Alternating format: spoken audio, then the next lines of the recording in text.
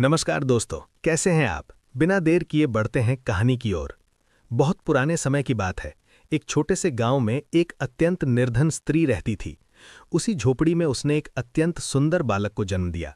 बच्चे के बाएं हाथ पर नीले रंग का एक रहस्यमय निशान था।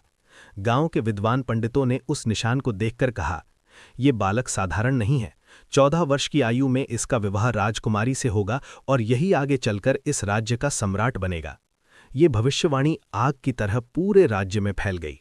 उसी समय राज्य के राजा के घर भी एक कन्या का जन्म हुआ था। राजा घमंडी, निर्दयी और भाग्य से टकराने वाला व्यक्ति था। एक दिन शिकार के दौरान वो रास्ता भटककर उसी गांव में पहुंच गया। वहां एक बुजुर्ग से जब उसने ये भविष्यवाणी सुनी तो राजा का खून खौल उठा। एक भिखारिन का बेटा मेरी बेटी से विवाह करेगा और राजा बनेगा, ये कभी नहीं होगा। लालच और क्रूरता से अंधा होकर राजा ने उस मां से बच्चे को धन के बदले ले लिया और उसे नदी में एक संदूक में बंद कर बहा दिया। राजा हंस पड़ा, आज मैंने भाग्य को मार दिया। लेकिन भाग्य को मारना इतना आसान नहीं होता। वही संदूक बहते बहते एक पंचक्की में अटक गया।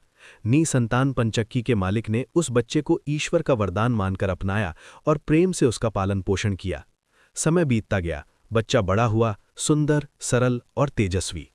14 वर्ष बाद वही राजा फिर उसी रास्ते से गुजरा। युवक को देखते ही राजा चौंक गया। वो जीवित था। राजा ने उसे एक मोहरबंद पत्र देकर रानी के पास भेजा। पत्र में लिखा था, इस लड़के को मरवा देना। लेकिन जंगल में डाकुओं ने वो पत्र खोलकर पढ़ा।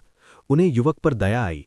उन्होंने पत्र बदल दिया और नया आदेश लिख दिया, राजकुमारी का विवाह इसी युवक से कर दिया जाए। राजमहल पहुंचते ही रानी ने राजा की मोहर देखकर आदेश मान लिया और राजकुमारी का विवाह उस युवक से कर दिया। राजा लौटकर आग बबूला हो गया। क्रोध में उसने एक असंभव शर्त रखी, यदि ये विवाह मान्य करना है तो शैतान के 3 सोने के बाल लाकर दिखाओ। युवक बिना डरे निकल पड़ा। रास्ते में उसे एक जादूगरनी मिली जिसने अपनी बुद्धि से उसकी सहायता की। उसकी मदद से युवक ने शैतान के 3 सोने के बाल प्राप्त किए और 3 रहस्यों के उत्तर भी जाने, सूखा कुआं, मुरझाया पेड़ और शापित नाविक। युवक ने रास्ते में सबकी समस्याएं सुलझाईं और बदले में अपार धन पाया। लालची राजा ने भी धन पाने की कोशिश की। जैसे ही उसने नाविक का चप्पू लिया, वो स्वयं शापित हो गया और हमेशा के लिए नदी पार कराने को विवश हो गया। नाविक मुक्त हो गया। अंततः युवक अपनी पत्नी के साथ राज्य लौटा और समय आने पर वही एक न्यायप्रिय, दयालु और महान सम्राट बना।